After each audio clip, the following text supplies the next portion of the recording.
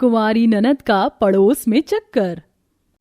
अरे तुम्हें पता चला, पड़ोस में विमला की बेटी काव्या पड़ोस के लड़के के साथ भाग गई। राम राम, तौबा तौबा, आजकल तो लोगों का पड़ोस में ही चक्कर चलना शुरू हो गया। अपनी अपनी बेटियों को भी संभाल के रखो। मेरी बेटी तो बहुत सही है, इन सब चीजों से कोसों दूर है। अच्छी बात है गायत्री, अपनी लड़की को संभाल के ही रखना, आजकल पड़ोस का माहौल ठीक नहीं है।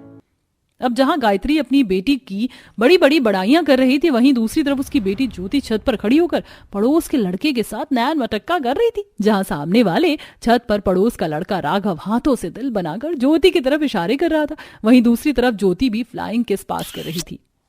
आई लव यू बाबू। आई लव यू टू जानू। ज्योति के परिवार वाले बहुत ही सख्त थे।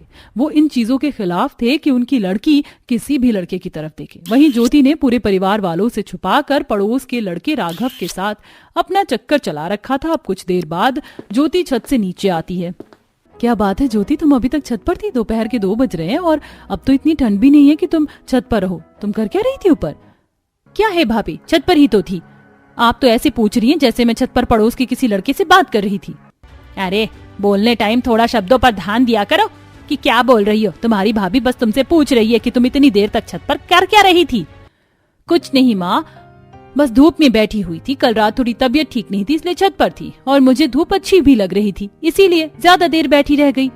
अब बहाना करती हुई ज्योति अपने कमरे में चली जाती है। तभी देर शाम बिंदु ज्योति के कमरे में आती है। ज्योति, तबीयत ठीक है क्या तुम्हारी? वो जरा मुझे सब्जी लेने जाना था, साथ चलोगी मेरे? हाँ हाँ भाभी, क्यों नहीं, आप चलिए, मैं आती हूँ। अब ज्योति की भाभी जैसे ही कमरे से बाहर निकलती कि तभी फौरन ज्योति अपने बॉयफ्रेंड राघव को फोन करके पड़ोस की मार्केट में बुला लेती है। भैया, ये गोभी कैसे दिए?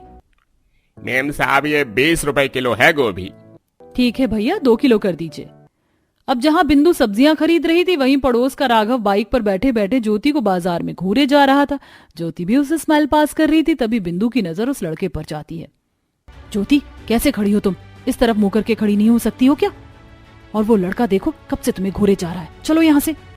अब 2-3 सब्जियां लेकर बिंदु ज्योति के साथ घर आ जाती है। तभी एक शाम बिंदु छत पर कपड़े उतारने जाती है और बिंदु की नजर सड़क की तरफ जाती है, जहां वो देखती है कि ज्योति एक लड़के की बाइक पर से उतर रही है। बाइक से उतरने के बाद ज्योति ने उस लड़के को गले भी लगाया। अच्छा ठीक है, तुम अब फटाफट यहीं से अपनी बाइक मोड़ लो, क्योंकि अगर पड़ोस के किसी ने भी हमें देख लिया तो लेने के देने पड़ जाएंगे। अरे ये तो पड़ोस में चक्कर चलाने से पहले सोचना चाहिए था तुम्हें। अब जब प्यार किया तो डरना क्या। अब राघव बाइक लेकर वहां से चला जाता है।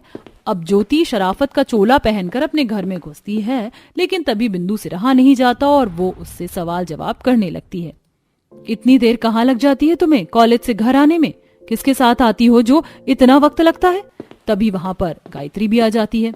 क्या हो गया बहू, अभी तो घर में ठीक से घुसी भी नहीं है कि तू सवाल जवाब करना शुरू कर दी? देखिए ना माँ, भाभी कैसे मुझसे सवाल जवाब कर रही है। अरे एक गिलास पानी भी नहीं पूछा, इतनी थकी हारी आई हूँ कॉलेज से। नहीं माँ जी, मैं कोई सवाल जवाब नहीं कर रही हूँ, मैं तो अपनी ननद की फिक्र कर रही हूँ।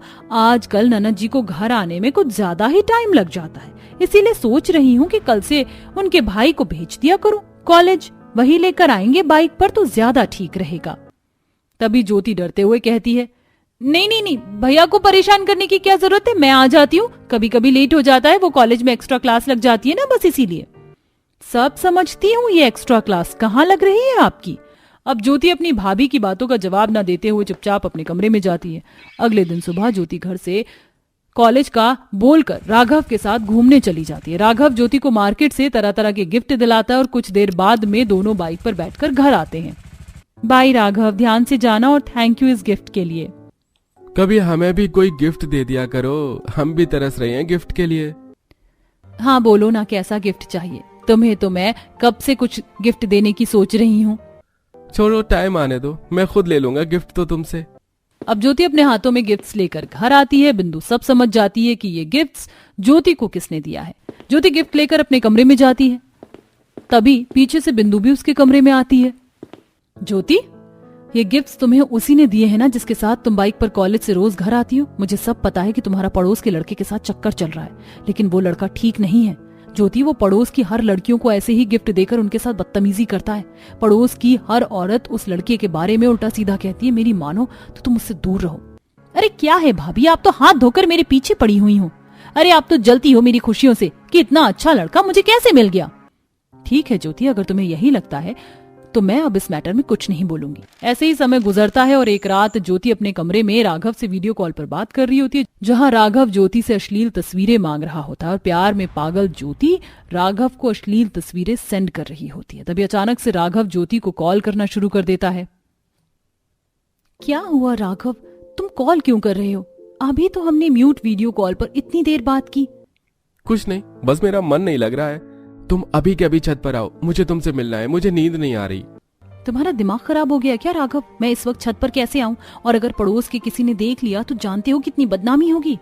आती हो या तुम्हारी दी हुई अश्लील तस्वीरें सोशल मीडिया पर वायरल करूं? ये क्या कह रहे हो राघव?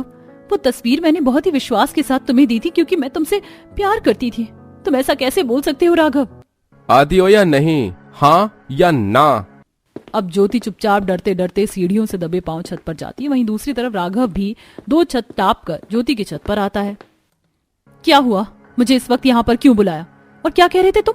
मेरी तस्वीरें सोशल मीडिया पर डालोगे? राघव ज्योति की बातों का जवाब नहीं देता और ज्योति को छूना शुरू कर देता है। राघव जैसे ही ज्योति के कमर पर हाथ डालता है कि ज्योति राघव को धक्का देते हुए कहती है, ये क्या कर रहे हो तुम? मैंने कहा था ना ये सब शादी के बाद। पास आती हो या फोटो वायरल करूं तुम्हारी? ज्योति राघव की बातें सुन के डर जाती है। तुम अभी यहां से जाओ, मैं तुमसे कहीं अकेले में मिल लूंगी, लेकिन यहाँ ऐसे नहीं। अगर घर के किसी भी एक सदस्य ने मुझे यहाँ इस हालत में देख लिया तो मेरी बदनामी हो जाएगी और आस पड़ोस के लोग भी अगर हमें इस तरह छत पर देख लेंगे तो हमें बदनाम कर देंगे। ठीक है, जा रहा हूँ, लेकिन कल रॉयल एरिया के पास मिलना, वहाँ एक होटल है, और नहीं आई तो तुम्हें पता ही है कि मैं क्या करूंगा, इसलिए चुपचाप आ जाना। अब धमकी देता हुआ राघव वहां से चला जाता है और आंखों में आंसू लिए ज्योति भी नीचे आ रही होती है कि तभी उसकी भाभी ज्योति को सीढ़ियों से उतरता हुआ देख वहीं रोकते हुए कहती है, तुम इस वक्त छत पर से आ रही हो? एक सेकेंड, तुम्हारी आंखों में तो आंसू है, तुम रो क्यों रही हो ज्योति? क्या हुआ, कुछ बताओगी मुझे? अब ज्योति राघव की सारी बातें अपनी भाभी को बता देती है। तुम्हें डरने की कोई जरूरत नहीं है ज्योति, मैं और पूरा परिवार तुम्हारे साथ है। मैं तुम्हारे भाई को इस बारे में बताऊंगी और तुम चिंता मत करो, सब ठीक होगा। और उसने तुम्हें जहां बुलाया है तुम वहां उससे मिलने भी जाओ। क्या मिलने जाओ? ये सेफ नहीं है भाभी। मैंने कहा ना तुम जाओ। अब ज्योति अपने कमरे में जाती है और बिंदु अपने कमरे में आकर सारी बातें अपने पति दीपक को बताती है। हमारे नाक के नीचे इतनी बड़ी चीज हो गई और हम लोगों को खबर तक नहीं लगी, पर कोई नहीं, इस राघव के बच्चे को तो मैं बताता हूँ, मेरी बहन को ब्लैकमेल कर रहा है। अगले दिन सुबह ज्योति रॉयल एरिया पहुंचती है। कुछ देर बाद बाइक से राघव भी वहां पहुंचता है। राघव ज्योति को लेकर नेरेस्ट होटल पहुंचता है। ज्योति चुपचाप अपना लाइव लोकेशन अपनी भाभी को सेंड कर देती है। फोन ला इधर, कोई होशियारी तो नहीं कर रही है ना? राघव फोन देखता है लेकिन फोन में राघव को कुछ नहीं मिलता क्योंकि ज्योति ने सारी चैट्स पहले ही डिलीट कर दी थी। अब राघव कमरे में ज्योति के साथ बदतमीजी करने लगता है, कभी उसके कमर तो कभी उसकी पीठ पर हाथ रखता है। दूर हटो, छोड़ो मुझे मुझे मुझे इस तरीके से छूना बंद करो। रुक, तू ऐसे नहीं मानेगी, बहुत नखरे कर रही है, तेरी वीडियो और फोटोज वायरल ही करता हूँ। राघव जैसे ही अपने फोन से वीडियो और फोटोज वायरल करने के लिए फोन निकालता है कि तभी वहां पुलिस दरवाजे को तोड़ते हुए कमरे के अंदर घुसती है। बिंदु और दीपक भी साथ होते हैं। पुलिस? हाँ पुलिस, अब चल लड़की की सारी तस्वीरें हमारे सामने डिलीट कर और थाने चल। लड़की को ब्लैकमेल कैसे करते हैं हम तुझे सिखाएंगे। अब पुलिस ज्योति की सारी अश्लील तस्वीरें राघव के फोन से डिलीट करवाती है, इनफैक्ट उसका सिम भी तोड़ देती है। इसके बाद ज्योति की जान में जान आती है और वो अपनी भाभी का तहे दिल से शुक्रिया अदा करती है और खुशी खुशी अपने परिवार वालों के साथ अपने घर लौट जाती है। प्रेरणा हसनपुर के एक छोटे से गांव में अपने परिवार के साथ रहती थी और लकड़ियां काटकर उनका पेट भी पालती थी। तभी एक दिन प्रेरणा जंगल में लकड़ियां काट रही होती है। तभी वहां पर एक सुंदर सा लड़का फोटोग्राफी करने उस जंगल में पहुंचता है। दिल है छोटा सा, छोटी सी आशा, मस्ती भरे मन की भोली सी आशा, चांद तारों को छूने की आशा, आसमानों में उड़ने की आशा, दिल है छोटा सा, छोटी सी आशा। वाओ, कितना प्यारा वीडियो आ रहा है, कितना सुंदर जंगल है, ये पक्षी, ये जानवर बहुत ही अच्छे कैप्चर हो रहे हैं और ये मेरे DSLR कैमरा में। अविनाश फोटोग्राफी कर ही रहा होता है कि तभी उसके पास कुछ जंगली कुत्ते आते हैं और जो उसके ऊपर हमला करना शुरू कर देते हैं। हेल्प हेल्प, कोई है यहाँ, हेल्प हेल्प, बचाओ। ये तो किसी की चिल्लाने की आवाज है। लगता है आज फिर किसी जंगली जानवर ने किसी इंसान पर हमला किया है। हे भगवान। तभी प्रेरणा उन जंगली कुत्तों से अविनाश की जान बचाती है। आप ठीक तो है ना? आपके शरीर पर तो बहुत जख्म आ गए हैं। आप एक काम करिए, आप मेरे साथ मेरे घर चलिए। प्रेरणा अविनाश को लेकर अपने घर पर आती है। ये देखिए, मैंने ये हल्दी चंदन का लेप लगा दिया है। अब ये जख्म बहुत जल्दी ठीक हो जाएंगे। शुक्रिया प्रेरणा जी, जो आपने जंगली जानवरों से मेरी जान बचाई। अब अविनाश अपने घर आ जाता है, जहाँ वह अपने कमरे में बैठकर प्रेरणा के बारे में सोचते हुए। कितनी सुंदर लड़की थी वो। लड़की तो मेरे दिल और दिमाग से निकल ही नहीं रही। प्रेरणा के ख्यालों में अविनाश इतना खो चुका था कि अब आए दिन जंगलों में आकर फोटोग्राफी करता और देखते ही देखते प्रेरणा की भी अविनाश से अच्छी दोस्ती हो जाती है। तभी एक दिन, ये क्या है? इसको कैसे इस्तेमाल करते हैं? ऐसे खींचते हैं, यहाँ से इस बटन को दबाना होता है और यहाँ से क्लोज करके पिक्चर क्लिक हो जाती है। अब जहाँ अविनाश प्रेरणा को फोटोग्राफी करना सिखाता है, वहीं प्रेरणा उसे जंगलों के जानवरों से दोस्ती करना सिखाती है, जिससे अविनाश के अंदर से जानवरों को लेकर जो डर था वो खत्म हो जाता है। अब देखते ही देखते दोनों की दोस्ती प्यार का रूप ले लेती है। तभी एक दिन, चलो प्रेरणा, आज मैं तुम्हें अपना घर दिखाकर लेकर आता हूँ। नहीं, मैं तुम्हारे घर नहीं जा सकती। मैं इतनी गरीब लड़की हूँ, तुम्हारे घर पर कैसे जाऊँ? अविनाश प्रेरणा की एक नहीं सुनता और उसे अपने घर के पास लेकर आता है। बाप रे, कितना आलीशान महल है। ये पूरा महल तो संगमरमर के पत्थर से बना हुआ है। तुम बहुत खुशकिस्मत हो जो इस आलीशान महल के घर में रहते हो। मैंने तो ऐसे महल सिर्फ कहानियों में ही सुने हैं और अखबारों की तस्वीरों में ही देखे हैं। कोई बात नहीं प्रेरणा, लेकिन अब तुम इस महल को देखने और इसमें रहने की भी आदत डालो, क्योंकि मैं जल्दी तुम्हें आलीशान महल की बहू बनाने वाला हूँ। ये क्या कह रहे हो अविनाश? मैं इस घर की बहू कैसे बन सकती हूँ? ये सच नहीं हो सकता। मैं एक बहुत ही गरीब लड़की हूँ और तुम्हारे माता पिता, क्या वो मुझ जैसी गरीब लड़की को एक्सेप्ट करेंगे अपने महल जैसे घर में? अरे प्रेरणा, तुम चिंता मत करो। मेरे माता पिता की खुशी उसी में होती है जिसमें मेरी खुशी होती है। अब कुछ ही दिन बाद अविनाश प्रेरणा से शादी करके उसको महलों में लेकर आता है। अरे बेटा, ये सब क्या है? तूने शादी कर ली और तूने मुझे बताना जरूरी तक नहीं समझा? माँ, मैं तो आपको सभी चीज बताने ही वाला था, लेकिन चीजें इतनी जल्दबाजी में हो गई कि आपको बताने का समय ही नहीं मिल पाया। ठीक है बेटा, अब जब शादी हो ही गई है तो ठीक है। आओ बहू, घर के अंदर आ जाओ। प्रेरणा अविनाश के साथ घर के अंदर आती है, जहाँ वह अपना महल जैसा आलीशान ससुराल देखकर खुद से कहती है, बाप रे, कितना आलीशान महल है। ऐसा आलीशान महल तो मैंने आज तक जिंदगी में कभी नहीं देखा। ऐसा घर बनाने के लिए तो ना जाने लोगों के कितने लाखों करोड़ों रुपए लग जाते होंगे। छोटी मालकिन, चलिए, आप बहुत ज्यादा थक गई होंगी। चलिए, मैं आपको आपके कमरे में छोड़ देता हूँ। अब नौकर प्रेरणा को उसके कमरे में लेकर आते हैं। बाप रे, कितना आलीशान बेडरूम है मेरा और कितने प्यारे फूलों से सजा रखा है। मैं तो बहुत खुशकिस्मत हूँ जो ये महल जैसा ससुराल मुझे मिला। अब प्रेरणा अगले दिन अपनी पहली रसोई का खाना बनाने के लिए रसोई में जाती है। बाप रे, मेरे महल जैसे ससुराल की रसोई कितनी आलीशान है और यहाँ तो चूल्हा भी नहीं है, सब कुछ ऑटोमेटिक है और मुझे तो ये सब चलाना भी नहीं आता है। अच्छा, तो अब ये जाहिल गरीब लड़की हमारे आलीशान रसोई में भी आ पहुंची। तुम इस घर की बहू तो बनकर आ गई, पर क्या तुमने आज से पहले ये आलीशान किचन देखा था? कोई नहीं, अब देख लो, आंखें फाड़ फाड़ के देख लो, क्योंकि तुमने तो आज से पहले ये सब देखा नहीं होगा ना। अब प्रेरणा अपनी पहली बार ऑटोमेटिक चूल्हे पर खाना बनाने की कोशिश करती है, जिसके दौरान उसका हाथ जल जाता है। माँ। अब जले हाथों से ही खाना बनाकर प्रेरणा सबके लिए डाइनिंग टेबल पर परोसती है। तभी डाइनिंग टेबल पर बैठा अविनाश कहता है, अरे माँ, मुझे आपको बताना था कि काम के सिलसिले से आज ही मुझे 2 से 3 महीने के लिए बाहर जाना है, तो आप प्रेरणा का ध्यान रखिएगा। प्रेरणा अभी किसी को इस घर में अच्छे से जानती नहीं है। हाँ, तू बिल्कुल चिंता मत कर। अब अविनाश के जाने के बाद प्रेरणा आलीशान महल में घूम रही थी और सभी चीजों को निहार रही थी, क्योंकि आज से पहले प्रेरणा ने ऐसा महल कभी नहीं देखा था। तभी वह अपने हाथ में एक सुंदर से गुलदस्ते को लेती है। अरे, तूने मेरा गुलदस्ता क्यों छुआ है? अपने गरीब गंदे हाथों से मेरे इस महंगे गुलदस्ते को गंदा कर देगी क्या? अब प्रेरणा चुपचाप अपने आलीशान कमरे में आकर आराम कर रही होती है। ये गरीब लड़की, चल उठ, बहुत आराम फरमा लिया तूने इस आलीशान बिस्तर पर। अब चल, अब मैं तुझे बताती हूँ कि तुझे कहाँ रहना है। आज से तू यहाँ नहीं रहेगी। पर अविनाश जी ने तो कहा था कि यही मेरा कमरा है। वो मेरा बेटा बोलकर गया था, वो भी इसलिए क्योंकि तूने उसको अपने प्यार में गुमराह किया ताकि तू इस आलीशान महल में राज कर सके। लेकिन आज मैं तुझे तेरी औकात दिखाऊंगी कि तुम जैसी गरीब लड़की की क्या औकात होती है।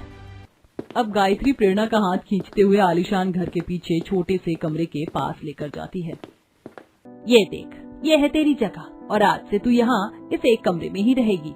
लेकिन माँ जी, मैं यहाँ इस छोटे से एक कमरे में कैसे रह पाऊंगी? गायत्री प्रेरणा को कमरे के अंदर धक्का देते हुए। ये सब मैं नहीं जानती, लेकिन आज से तू यहीं रहेगी। अब प्रेरणा उस कमरे में आती है अगले दिन सुबह। माँ जी, मुझे खाना बनाना है, लेकिन उस एक कमरे में तो इतनी जगह ही नहीं है कि मैं वहाँ खाना बना सकूं। क्या मैं आपकी आलीशान महल की रसोई में खाना बना सकती हूँ? अरे तुम जैसी गरीब को एक बार में बात समझ में नहीं आती क्या? कोई जरूरत नहीं है, जाकर सड़क पर से मिट्टी लेकर आओ और उसका चूल्हा बना और अपने उस एक कमरे में ही खाना बना।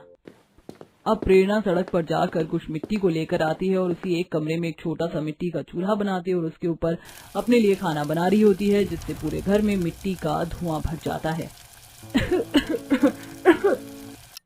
अब खाना बनाने के बाद प्रेरणा, माँ जी, क्या मैं आपका बाथरूम यूज कर सकती हूँ? उस एक कमरे में नहाने की बिल्कुल भी जगह नहीं है। नहीं नहीं माँ, इस गरीब लड़की को साफ मना कर दो। अरे इसके नहाने के बाद तो हमारे टॉयलेट का हाइजीन ही खराब हो जाएगा और मैं हाइजीन के साथ कोई कॉम्प्रोमाइज नहीं कर सकती। नंद की बातें सुनकर प्रेरणा अपने कमरे में आती है और अपने उस एक कमरे में थोड़ी सी जगह पर कपड़ा लटकाकर वहीं नहाना शुरू करती है। अब प्रेरणा जैसे ही नहाती है कि उसका सारा पानी फर्श पर बिखर जाता है और कुछ पानी चूल्हे के ऊपर गिर जाता है, जिससे चूल्हा पूरी तरीके से गीला हो जाता है। बेडशीट भी उसकी गीली हो जाती है जिस पर वह सोती थी। हे भगवान, मेरे नहाने के कारण तो मेरा सारा चूल्हा गीला हो गया, फर्श पर पानी बिखर गया और मेरे बनाए हुए खाना भी खराब हो गया। अब मैं क्या खाऊंगी? अब जैसे तैसे प्रेरणा अपने एक कमरे में गुजारा कर रही थी। ऐसे ही दिन गुजरता और देखते ही देखते प्रेरणा की हालत बहुत ज्यादा खराब हो जाती है और वह कमजोर, बीमार और दुबली पतली हो जाती है। ऐसे ही एक दिन वह अपने बिस्तर पर आराम कर रही होती है कि तभी अविनाश शहर से 5 महीने खत्म करने के बाद अपने घर लौटता है। प्रेरणा, कहाँ हो तुम? प्रेरणा, मैं कब से तुम्हें ढूंढ रहा हूँ। हॉल में भी देख लिया, रसोई में भी देख लिया और तुम कमरे में भी नहीं हो। कहाँ हो प्रेरणा तुम? बड़े मालिक, प्रेरणा मैडम यहाँ नहीं है। आइए मैं आपको उनके पास लेकर चलता हूँ।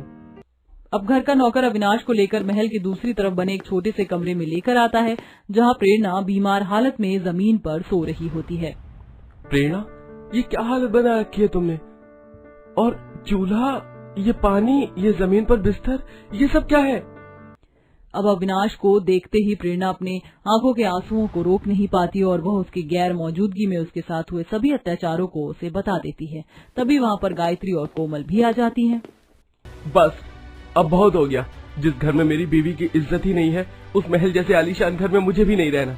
चलो प्रेरणा, अब हम यहाँ नहीं रहेंगे। नहीं अविनाश, मेरी वजह से अपनी माँ को मत छोड़ो। और मैं तो तुम्हें पहले ही कहती थी कि मुझ जैसी गरीब को तुम्हारी माँ कभी एक्सेप्ट नहीं करेंगी। मैं यहाँ से चली जाती हूँ। मैं इस महल जैसे ससुराल में रहने के काबिल नहीं हूँ। आप मेरी वजह से अपनी माँ को मत छोड़िए।